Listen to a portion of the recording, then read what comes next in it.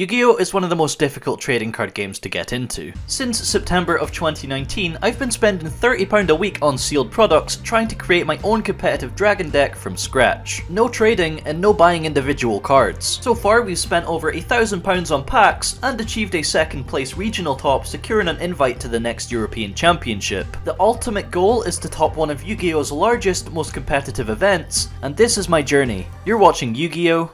From scratch. Yo, is that a new intro? Yeah, I thought it was about time that we freshen some things up and, make it a little bit more upbeat. Let me know what you think about it. I don't think it's perfect, but I really do like it. Oh, and welcome back to Yu-Gi-Oh! From Scratch. Episode 33. Actually on time for once, wow. So, how's it going? How have you been? I've had so much stuff to work on recently that it feels like I've not made one of these in so long. Most of it's been kind of like behind the scenes stuff that you haven't really seen, so lots of exciting stuff to come. Stay tuned. For now though, I guess it's that time of week where we throw obscene amounts of money trying to pull some hard to get shiny cardboards. Made possible, of course, by the kind souls that enjoy watching me throw money away, so in turn, throw their money away at me. Give me your money. So, big shout outs this week going out to Jason's Yu-Gi-Oh! Channel, Turbo Duelist, Neuro Eevee, Angus Holloway, Joe Olmsted, Noodle, Mean Rubin, Ryan Webster, Lion Sinescanor, Jordy Crate, Exodia One Trick, RC Gaming, and Stanky. These fine peeps have of course made a contribution through either Patreon or YouTube channel memberships and are very much appreciated. If you yourself want to make a contribution to support the dream and gain access to the finest Discord channel in all the land,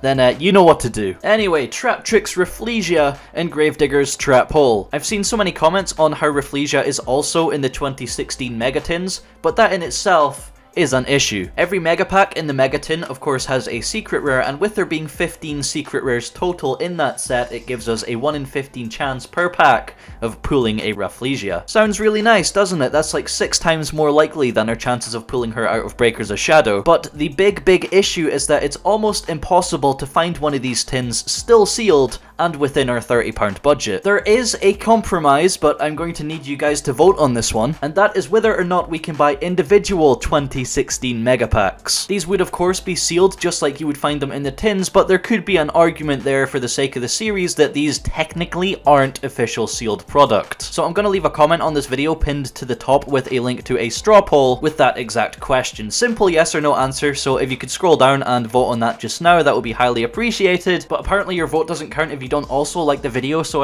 yeah, I'm just saying, while you're down there, give that button a little tickle. Now let's crack some packs. Alright, I don't think we're surprising anyone here. 6 of those, 5 of those, £30, bang on the dot. Let's just crack right in. The plan initially was to be opening the 3rd Salomon Great Structure deck, but I am unfortunately still waiting on that to arrive. So hopefully in the next episode, that's when we'll be opening that. For now, just gonna get disappointed. Again, trying to find Gravedigger's Trap Hole and Traptrix Reclusia. So let's see what we got here. Starting, of course, with Eternity Code, we have Parallel Exceed, Goldilocks the Battle Landscaper, Necroquip Prism, Frolic Peas Zhuger Kong, apparently Zhuger Kong, King Beast Barbaros, Resonator Command, Borrowing of Arrows, and Proxy F Magician. A super rare. Very nice. Right, let's go over to Breakers of Shadow. See if we get any luck today. Actually, out of all the Breakers of Shadow we've opened on this series so far, I don't actually think we've pulled a single secret. So hopefully our luck changes. We have Sword Flash, big giant Metagross looking thing. Another Dragon Buster Destruction Sword, okay. Top Hat Turtle, Shiranui Smith. It's like the blacksmith from Dark Souls. Steel Cavalry of Dinon and Magispectre Supercell for the super rare. Bunch of different little tornadoes going into the super tornado. And Dynamist Rush.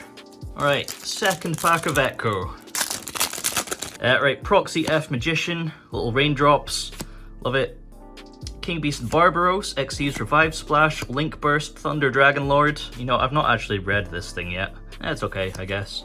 Battle Landscaper, Heavy Forward, Ultra Rare. I initially said in the case opening this was like the worst Ultra Rare, but then I read it and Actually being able to add an Infinitrack monster sounds pretty good. I initially just thought it was like these two different effects, which would have been really bad. But no, it's a searcher, so yeah, it's a lot better than I initially thought it was. Okay, second pack here of Breakers of Shadow. Oh, crap. No idea what I've done. Let's just have a look.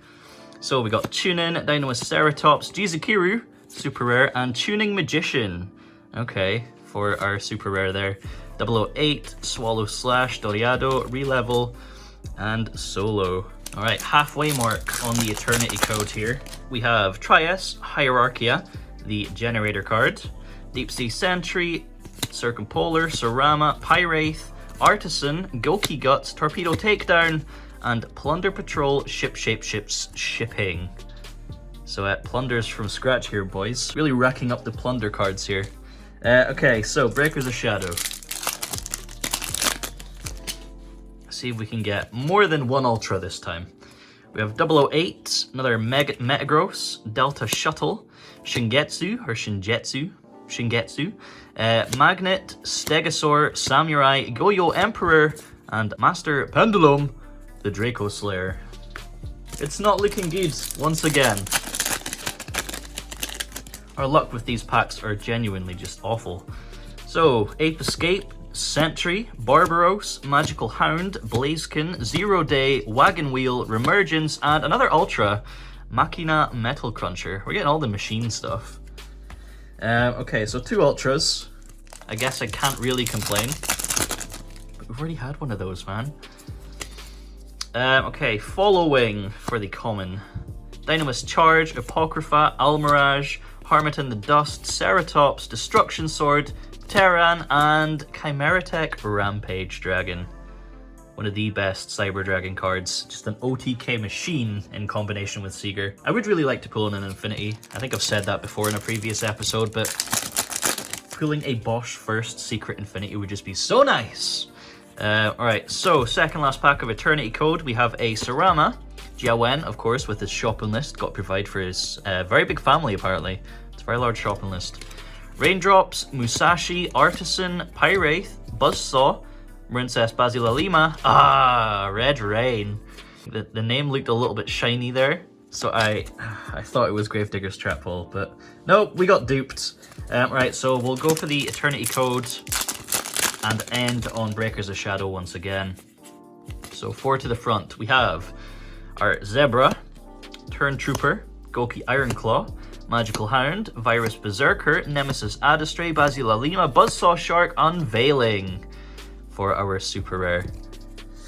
Oh god, okay, so 1 Ultra in the last episode. It's looking like 2 Ultras in this episode, unless this pack is magic.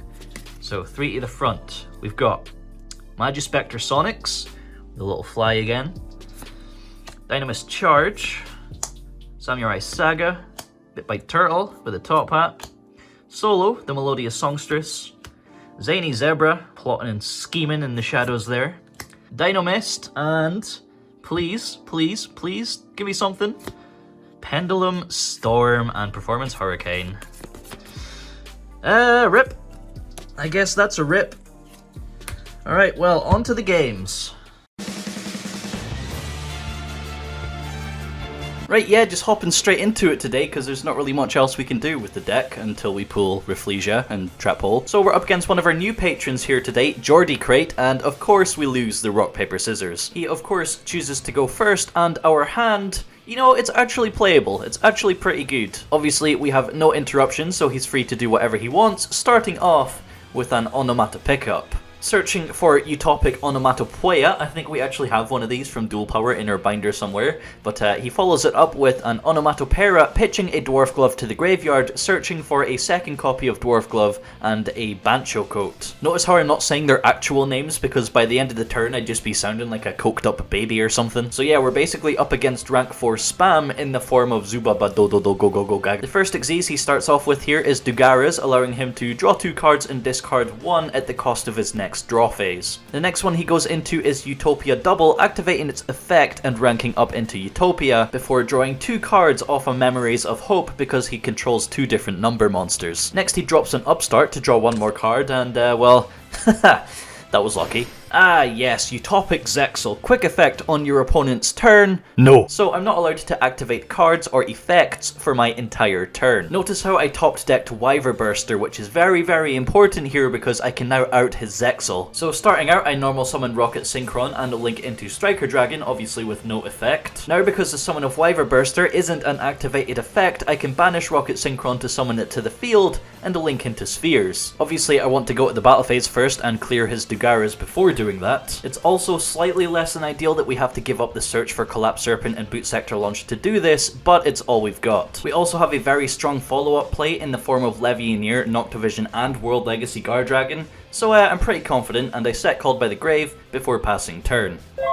He starts off by normal summoning a giant, which revives something from the graveyard, and I don't really think we're going to get any other mileage out of Called by the Grave, so I just chain it here to banish his target. He then overlays into a Daigusto Emerald, using its effect to get a draw. Drops a Rota, which allows him to extend further into another rank 4, Utopia, into Utopia Prime, into Utopia. Grease lightning!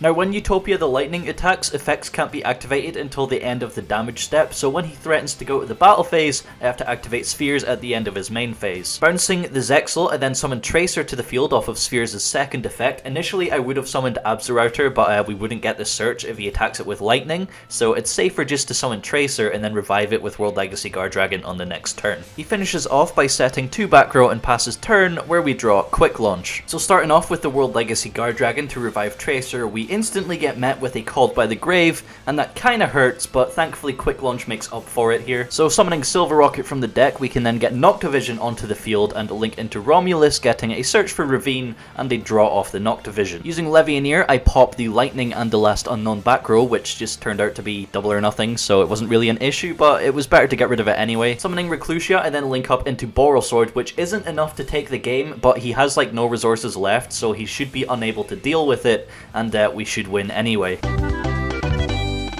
Game 2, he is of course going first, and I put in the Birus, but he surprises me with his end board. Setting his entire hand, I have literally no idea what to expect, and in my standby phase, he flips a pointer. I think our hand's reasonably solid to the point where it doesn't really matter what he gets rid of, we should still be able to combo off. He yeets our Skippy, but with Draco and Boot Sector Launch, we're still able to combo off and clear some of his back row with Levianeer as well. Turns out they were all duds and he bricked. Easy money, boys, easy money. Round 2 here, we're up against another new patron, Exodia One Trick, and of course we lose rock, paper, scissors yet again. If we were going first, then our hand is pretty broken, we would potentially have full combo, but we're not, so he's able to just do whatever he wants, and extravagance into set 2 pass is what he's got for us. Brilliant, well with full combo we should be able to just get an easy Borrelsword OTK. Let's see where Mystic Mine ends up, hopefully banned for the better sake of the game, but who knows, it's the wheel, anything's possible.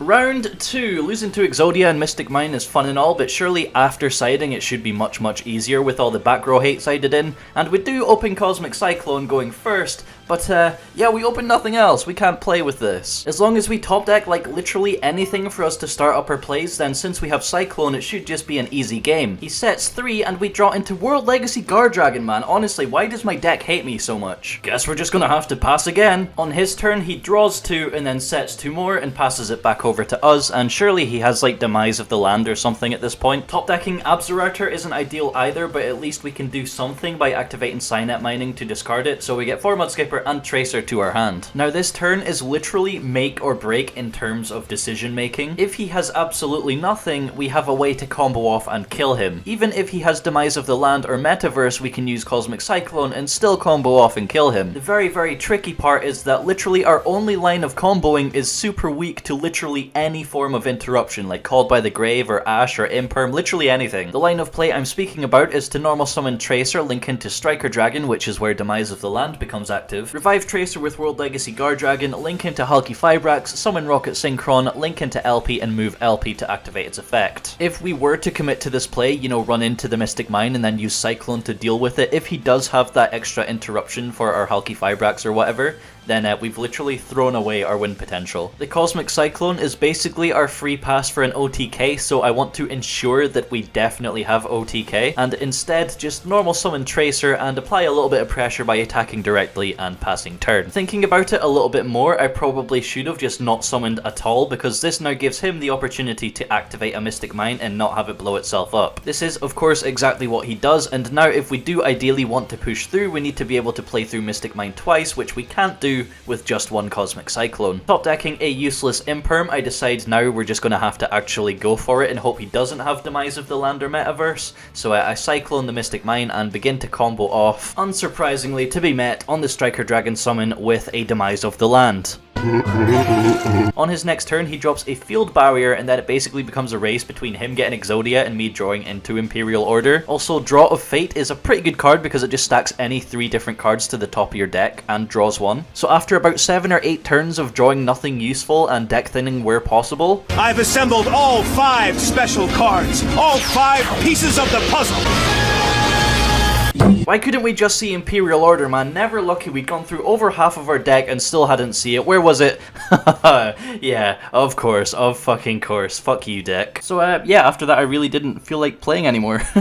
I'd really love to see Mystic Mine and the Jet Synchron Halki Fibrax combo get hit in some kind of way. I think everyone's in the same boat, to be honest, and I know complaining about it doesn't really do anything, but it's just not fun really, is it? So instead of playing on and trying to build up some kind of like 2 or 3 kill streak in this episode, I feel like it's a better idea to start fresh in the next one with a different deck. So yeah, it kind of feels like today's been a bit more of a shorter filler episode, because not really a whole lot exciting has happened. I think you would agree it would get pretty dead boring to keep playing the same suboptimal deck as we search for Gravedigger's Trap Hole and Reclusia. So we're going to spice things up a bit, starting with next episode. Hopefully we get the Soulburner structure deck in time. But we're going to be playing Salaman Grey in the next one, or at least trying to, because I think we are lacking a couple of extra deck pieces. Then after that, I think I'm going to go back and try and build a Rokket heavy version of our deck. You know, just mess around with a bunch of the cards we have that are pretty much sitting doing nothing. Then once we pull the cards we're looking for, we can actually turbo towards the nuke. But yeah, that's going to do it for this one. Under 20 minutes for the first time since episode 22. That's pretty crazy. As always, thank you so much for watching. Don't forget to like the video and subscribe if you haven't done so already. And we actually will have a Sub Sundays this week. I know it's been like 2 weeks, wow. Auf Wiedersehen.